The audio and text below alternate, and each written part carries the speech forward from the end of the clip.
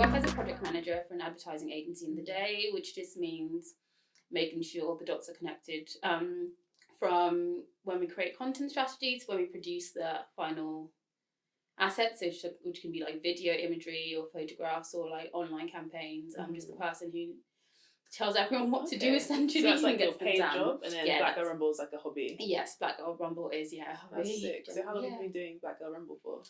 How long? So I'll say maybe 2 years.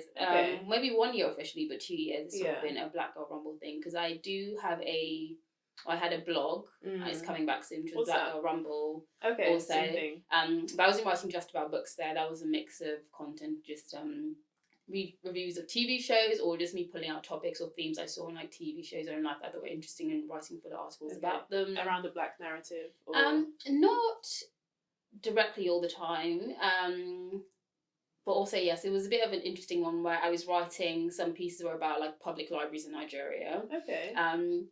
How people use those spaces, do they exist? Or I wrote about my first time using a moon cup, which was everyone says it's a really, really funny article, and it's still up there. So if you do want to find it, it's there. Do you recommend them? I actually do. Yeah. So I know. So I had 2 people use them after, and they're like, "No, never ever will I try this again." Really? Okay.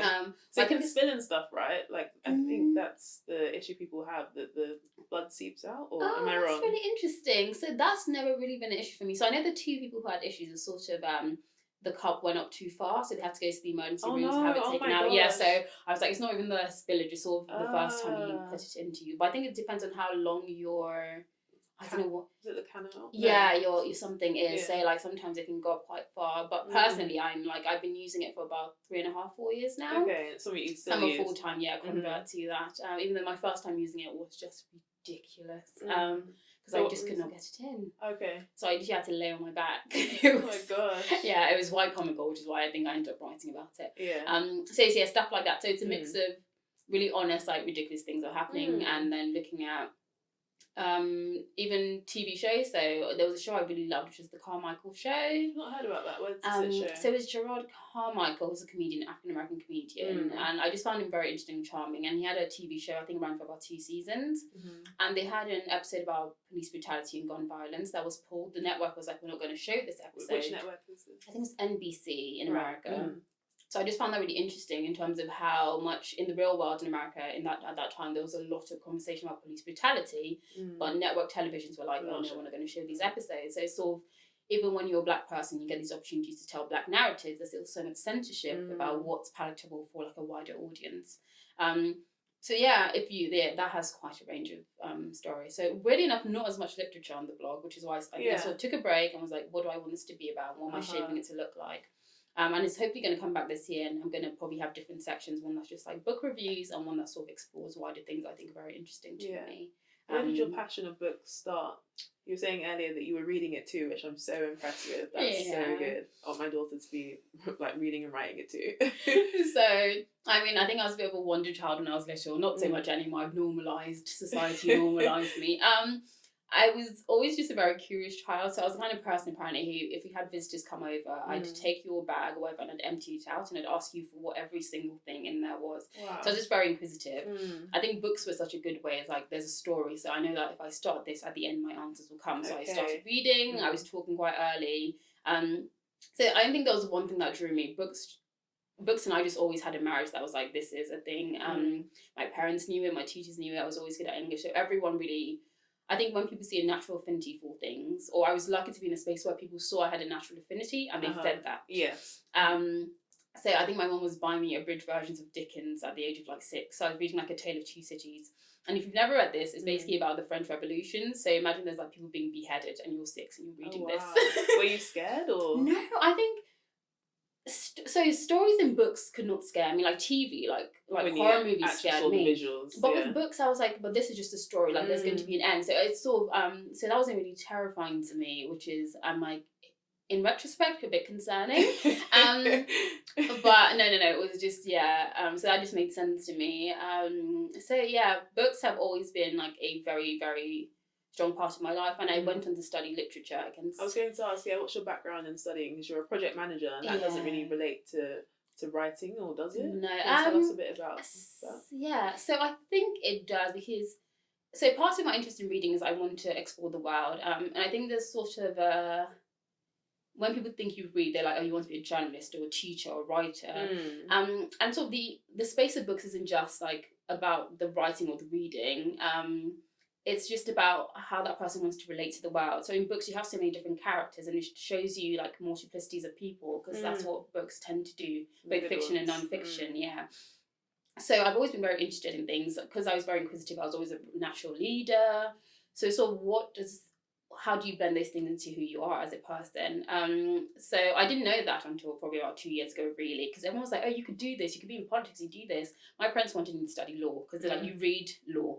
It was just like, this makes sense. And I was like, no, I don't think I want to do law. So I did classical studies, which is a study of like ancient Greek and Roman history, and then English literature. So I did joint honours in classics and English. Where did you study? I went to University of Reading. And I really, really loved it. And I was like, I still don't know what I want to do. I was interning a lot. So I was interning in PR, in fashion. I was working for startups. I worked throughout university, just like, and I'm like, I'm interested in so many things. What does this mean? Like, this is so concerning, because I've always been the person, everyone's like, Niki is good at books. So I always had like a plan. And then I got to uni and I was like, I know I love books. I don't think I want to work in publishing. That's not how I love books. I don't think I want to be a writer full time. That's not how I love books. So it's all the things, the prescribed things you're meant to be. I was like, this is not what, I think it's defining a full time job as this is who you are, just didn't sit well for me, because I was like, it doesn't encapsulate all that I am. So after that, I went to do a master's in American literature and culture, because I was like, I still love books. And instead of making studying define who I'm going to be, why don't I just study because I have the opportunity to, and it's like a point of pleasure for me. So I went to University of Leeds and I did American literature and culture. And while I was there, I was part of like Black Feminist Society, which is, we planned some events. I was engaging like, I was leading conversations when we had meetings. And I just found that very interesting, that being in that space sort of, I was learning, engaging more like a political side, but it was also being in a space where you're leading conversations with other people, you're organising events. I was like, I like this. This is a mix of who I am, because it's sort of, how do you tell stories beyond books? An event is a story. I'm leading a conversation as a story. So it sort of opened up my understanding of, okay, how am I telling stories, and how can they translate into everything that I am? And it's a very long-winded story to say. I then started doing more events, but then on the back end I was like, okay, this happened at this event and I want to tell this story in a written way. That's what still kind of important events to me. were these? So I started doing events for a group called Social Fixed. So Social Fixed is an organisation trying to increase the number of BAME individuals in the creative industry. And so one of the ways it does that is through workshops. So it'd be like a CV workshop, or you have people talk about like being a freelancer. What does that look like in this climate, or how to get paid to be yourself. So how do you negotiate money when you're in the workspace?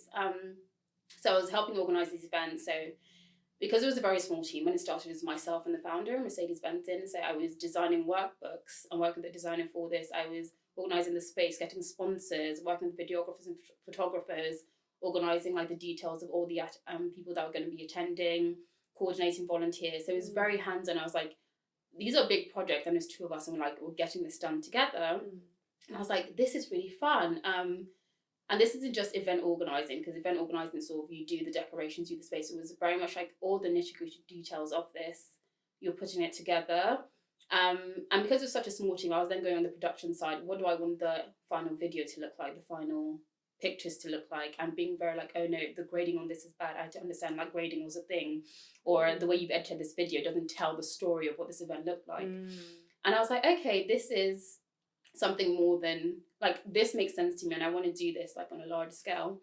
So I started working in marketing in like a very limited space. It's sort of like, you can do digital marketing, or you can do content marketing. And then from there I was like, okay, I want to morph these things together. And then I sort of moved into project management, which allowed me not just work on like the marketing and the content, but also the production side. Sort of where we ended up. Wow, that's amazing. Long story. No, that's really cool. Yeah. So you have like a creative side as well. Yes. And you've got appreciation for visuals and design. Yeah. So do you know like Adobe, or what programs do you use? You're saying you're designing workbooks. So it seems like you had a very academic education, but maybe you explored other areas as well? So I don't do any design work. So in terms of designing work, I'll do the content for you. So that's sort of like the writing. Yeah. So the research, the writing, I'll do that. Then I sit with the design and say, I think this is what I want it to look like. I think, and we work together. So I can't do any design work. I'm terrible. Yeah. But I can say, no, I like this, I don't like this, or I think this is what I want this to look like. But I'm very good at having the designer give me options, because that's how you also learn in terms of, this is not my field. I just know that this is what we want the end product to look like. Let's work together to make it that thing. Yeah. Which I guess is the role of like a project manager. You're sort of sitting there saying, this is what we want to achieve, and this is a basic understanding of where we want to get to. Yeah. And then you work with the team to be like, what does that look like when we get to that end? And it's sort of not just one person's idea, but different ideas coming together.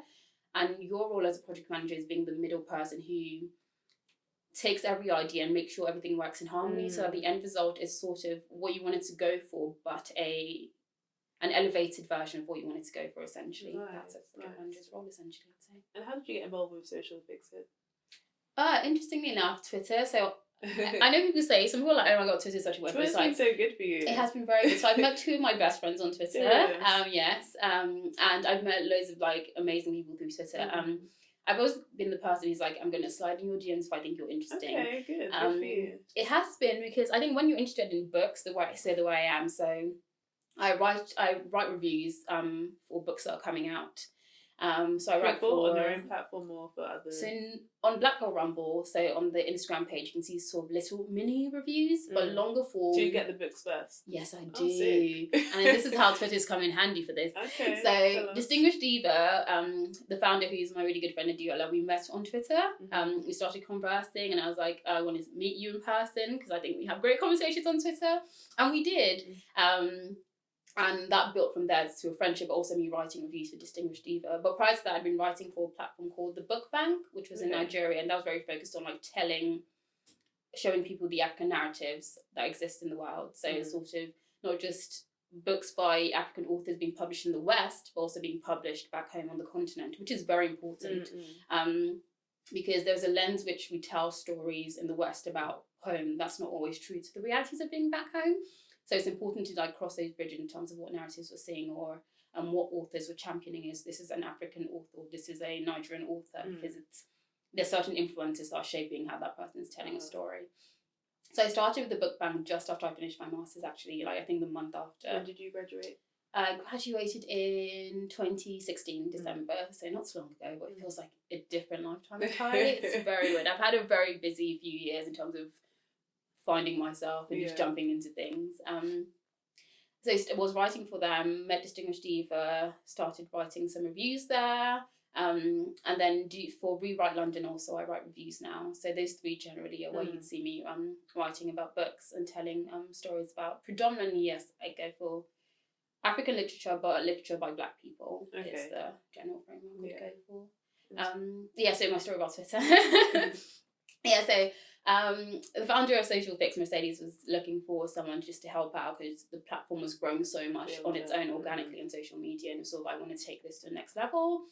And then I was like, yeah, I'd love to like hear more about this. I think it's really interesting. And we met in person, had like a interview conversation, and then from then on we just organically started building it together. Oh, nice. Yeah. That's amazing, because I've seen Social Fix It around and it's got some really good opportunities on there. It's very, very good. Yeah, I need to get back on there and see what's happening. To be honest, even I can't keep, I try to stay off the Facebook group now because I'm like, there's just so much happening and so much to comment on. But it's nice that it's growing so organically, because it's not just showing opportunities in like established companies, it's people building things together.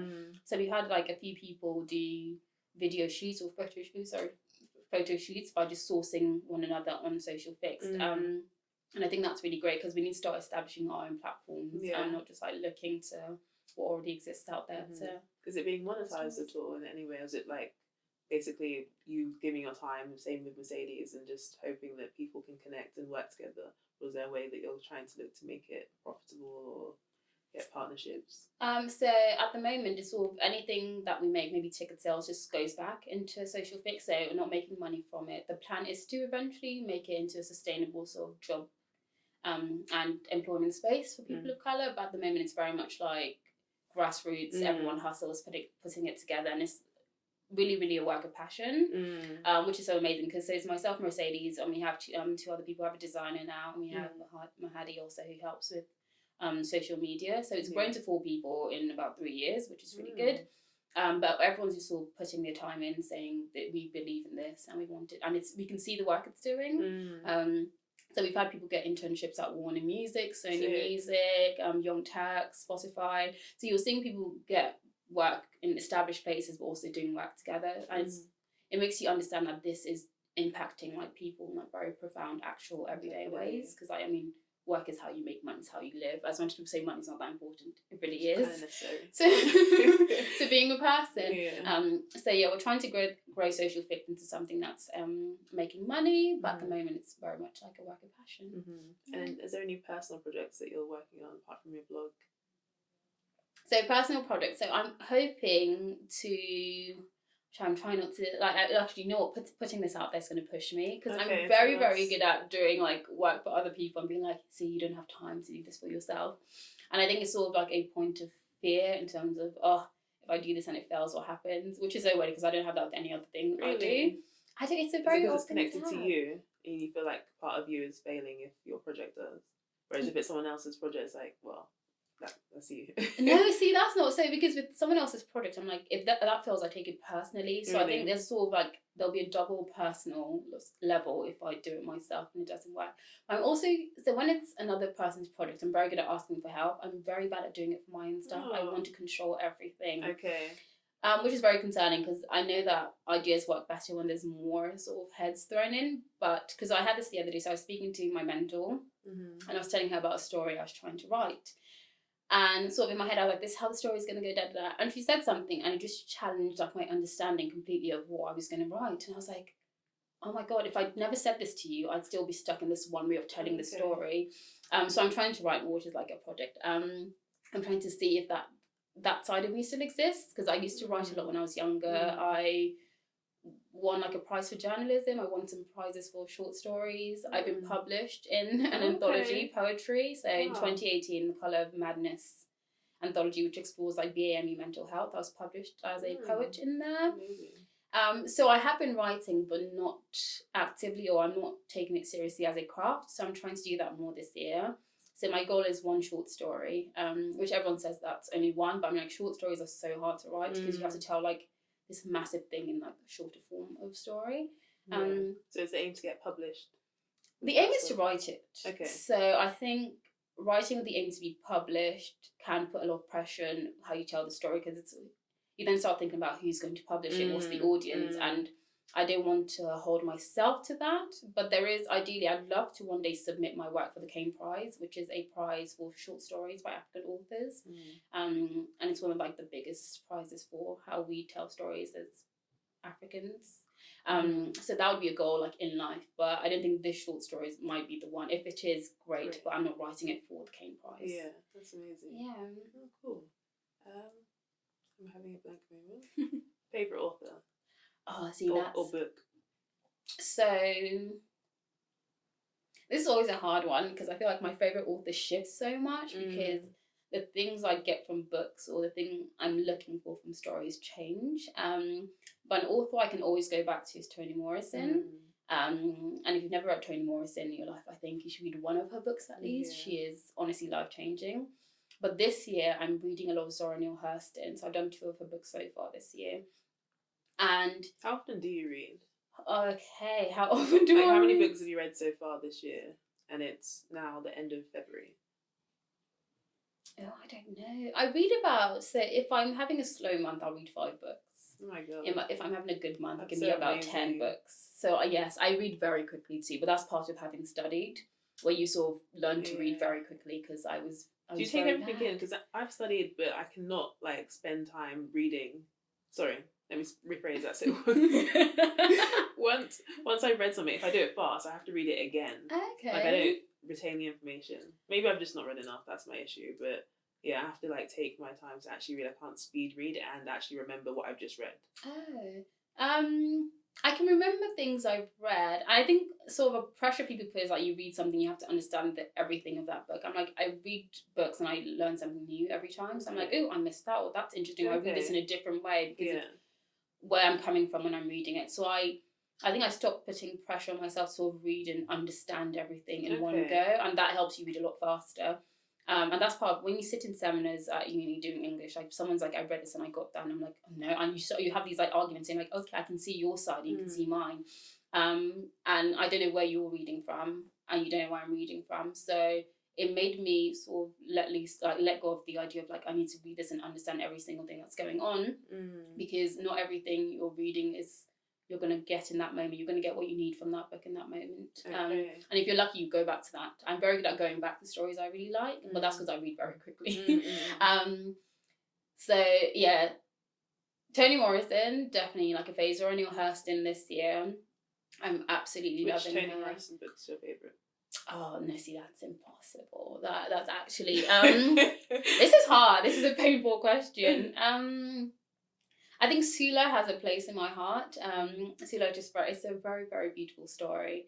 And it's the way she tells it. It's sort of, there's something lyrical about it. Actually, jazz. And actually, that's it. And I say jazz. You can't pick. Yeah, I say jazz because I feel like you're reading a story, but you can hear music behind that story. So it reads it reads like music. You're like, this is a song, and I'm reading it, and I know it's a story, but I feel like there's a melody in the way she's written it, and her talent is actually astounding. God bless her soul. Rest in peace. It's like a year ago now. Just under a year. I think it was about July or August, probably last year that she passed away. So yeah, I think maybe jazz, just because I just thought, how can I hear songs while I'm reading? This is just ridiculous. And then Buchi Emecheta, who's a Nigerian author. I mean, and I think it's partly because I know some of her story. She was writing her books while raising 7 children alone in the UK in a council flat. Like, you're writing these very heart-wrenching, harrowing stories, and how are you raising 7 kids? And my mind is just great. I'm working all the time, so she's waking up at like 4 a.m. to write these stories. So that she's writing about a character or about herself. She wrote many novels. So The Joys of Motherhood is roughly about herself. It's just it's the most depressing book, given that the title is The Joys of Motherhood. It doesn't paint motherhood as the most joyous thing. Second-class citizen. So they're influenced by her experiences, but it's not necessarily about herself. It's all the culture of womanhood, being like an Igbo woman from Nigeria, and from that lens particularly. But she just wrote really, really, really great narratives. And she was writing at a time where like women weren't really being published. Not talk of Nigerian women being published. So she had to set up her own publishing house in the 70s. Okay, that long ago. Yeah. So she had to set up her own publishing house to publish some of her books eventually. Wow. So it's just sort of the work she did to tell these stories. Name to like cover up that she's a woman, or she wrote as a woman. Okay, wow. So yeah. And how do you discover these authors? Like, how do you find new people to read? Apart from being sent books before they're released. Which is fantastic. It saves me so much money. Yeah. I think 2 years ago, the amount I was spending on new books it's really come down a lot. And I think publishers, please keep sending me books. What are you doing with that extra income now? I'm going to a book festival. Okay, so still spending on books. I'm in a way still going on books. So I'm going on holidays, which is also nice to spend some time reading. It honestly just makes more time to read. How do I discover authors? That's an interesting one. I mean, I guess I follow quite a few readers on social media. So it's sort of, what are you reading? Am I interested in this? I have a few friends who read like voraciously, and they're like, this is an interesting thing to read, so I read that. And usually if I read an author, I'll look at what's suggested under them and be like, oh, maybe I'll read the blurb and think, oh, maybe I'll like this and try it. So I used to have a thing where I never read a book and didn't finish it, even if I didn't like it. Yeah. I stopped last year because I was like, my time is more precious than. But have you ever finished a book that you didn't like the beginning of? If you're feeling like, I don't like this book, but you finished it and actually glad that you did? I mean, a lot of times, but that's because in the past it was just, I've started a book, I have to finish it. There was no in between for me. When now I'm sort of more like, this is not working for me. I know in the space to read this, that's okay. How long do you give it before it's just like, no? Like, is it the first chapter or? Oh no. So, because I can finish a lengthy book in about 5 hours. So if Oh I my get, god! yeah. So you're gonna spend 5 minutes like no. No. So if I get 2 hours in and I'm still not committed, and by then I'm almost like a That's quarter, like a halfway through. Yeah. I can be like, no. But I really started this very recently. So the first book, I got about 10 pages to the end. I just thought, I don't care. Really? And stopped. Gosh. So it's by my bed. I mean, I want to know how it ends in a sense. I feel I know how it ends technically. You already know, and that's why like you're it not has to know. enjoying It has to end in the way it's gonna end. No, my problem was it was like the blurb and what was going on in the story just didn't align. That they tried to put too many twists and turns in. I was like, this is very necessary because you had a rich narrative you could have written, and you wanted to make it. You wanted to elevate it to the point that you forgot what the story was supposed to be about. Is this author well written? Like, have they got? Okay, so it's like fine. I mean, I'm also never going to say what the name of the book is. And it's a young adult novel also. Okay. So I think I got about like 10 pages to the end and just thought, actually, I really don't care, which is so weird because I'm like, that's really bad. I should finish it. Maybe I'll finish it tonight. I think you're going to finish it. Yeah. I mean, it's been like a year though. Oh, okay. It's been that long. Yeah, okay. It's been a year. But I mean, I'll get to the end. But then there's some other books where I've got a few pages in and thought, oh no. This isn't for me. But most of those books are because they've been translated from another language. So one thing with books is if a translation's not done right, it doesn't tell the reality of that story. So I'm learning to not. I don't hate that story. I just don't like the translation. So I might try it again with a different translator. Yeah, having worked on it. Can you speak different languages? Oh no. No. Well, I can speak English and Yoruba, but even my Yoruba is just a bit shaky. Yeah. I can understand it fluently, but speaking it is. Your parents didn't feel like you should learn Yoruba? So they did, and I think I spoke it a lot more when I was younger, but because I don't use it it's just anymore, you get very rusty. So my dad's mother only spoke Yoruba. Okay. But she spoke a dialect of Yoruba, so I didn't speak that dialect at all. But that makes you speak it. So both my parents are Yoruba, Nigerian. But my mum, actually, they're from the same state, but different tribes. Okay. So my mum's mother, my grandmother, is still alive. She would speak to us in English generally. I mean, she would pray for you in Yoruba, but speak to you in English generally. Where my dad's mother only spoke Yoruba, so it wasn't like there wasn't much else you could do. Which state are they from? Ocean State. Okay. Yeah, Ocean State. I think they are from the same tribe. That's a lot. I don't know why my mum's side of the family are. I think they understand it, but they don't speak it. Yeah. But yeah, so I could speak a lot more when I was younger, and then you get older, and I'm in school most days more than I'm home. I think in Peckham they're teaching children Yoruba. Amazing. Yeah, so really? I need to get my daughter down there. I need to go to it. Yeah, we need to go ourselves. Yeah, because I was saying this. I was like, I feel like I should sign up for a class and just so I can brush up on my Yoruba. They do it at SOS as well. Oh yeah, they would do, wouldn't they? Oh, that's amazing. I'm actually enrolled. Yeah, you should. It's a really good class to I don't want to learn to write because writing is too hard. They do it at the same time, so you'll learn to speak and write. Yeah, see, once you try and teach me to write a language, I really? I can't. I don't know why the two don't work for me. Ask you, what's your favourite quote? That's something we'll ask all the Yemzi girls. What's my favourite quote? Okay, I have a favourite poem, but not a quote, which is so bad. Because I actually have the name of the poem tattooed on me. Oh really? You've got tattoos? I have one so far. It's gonna grow. I'm just very lazy at getting my tattoos designed. Do your parents know about the tattoos? They don't. Okay, they don't watch your social media. Oh no. Okay. I mean, this might end up being how she finds out. We're like 2 years in now, Mum. There's nothing you can do. Yeah, and you're 25. And it's permanent. I mean, what can you do? It's laser removal. Yeah, but if you're gonna pay for it, I don't think so. Is it in somewhere discreet or? Yes, it's just like across my ribs here. So I mean, the odds of like her seeing it is very slim. I had to block her on my personal social media because I do have a picture where you can see it. Okay. So we sort of had to unfollow each other without her permission. That you're not on her feed anymore. She's mentioned it once or twice, but not really like pushed for it. So I think she uses Instagram differently anyway. So it's sort of like, oh, this came up, but she'll be fine. Yeah. I think it's time. She can know. We're okay. Not going to be disowned. I think I'm the child she'd expect to do it anyway. So you've got siblings? Yes, I do. I have 3 siblings. So I guess I was always going to be a project manager because I'm the third of 4. Okay. So my older sister's the oldest, which is like the first child. And then I'm sort of second, and then I'm second. Then my brother comes after me. He's the only boy, and my younger sister's the last child. So it's sort of everyone has like this nice place, you know, it's like the firstborn, the only boy or the last child. Yeah. It's like, and then you. Yeah. So yeah, you were the one, wasn't it? I was also that child. My favorite quote.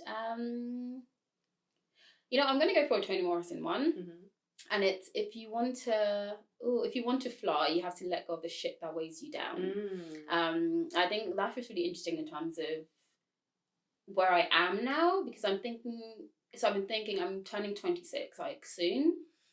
Which is, someone said to me, my mentor said to me, is like, that's the age you start owning things. Like 26 is when you start owning things, which I was like, this would be interesting to see if that actually happens. And I think I've looked at all the things I've done up to now. I think when you take like stock, you're like, actually, I've done pretty interesting things. And even though I'm doing them from a place, I'm like, I'm not stepping boldly into who I am fully. I want to see what I can achieve when I step into like the wholeness of who I am, like without fear. And that goes not just like my professional life, but the personal things I do. So telling a story, writing stories, or applying for more fellowships, or maybe going back to university. So it's sort of letting go of, I guess, myself. I guess my fears are weighing me down, and I want to see really how far I can fly if I do let go of something. It's amazing. Yeah. Perfect. Thank you for coming in today, Niki. It's Thank been really you so interesting much. chatting with you and learning more about you. Thanks, this has been amazing. Thanks so much. So where can we find you online? So on Instagram, I'm Black Girl Rumble, spelled exactly as it sounds, like BLACKGIRL and on that you just mostly find stuff about literature and books, not really personal stuff. Maybe some art stuff when I travel, but that's in the space that you find me. On Twitter, I'm Niki, but it's XNIKKIYX. Don't ask. Everyone's like, why does it start with an X? But my name was taken by the time I joined Twitter. This is what I was stuck with. And that's a bit more ridiculous. But if I like you, I'll slide you your DMs on Twitter and we'll be friends.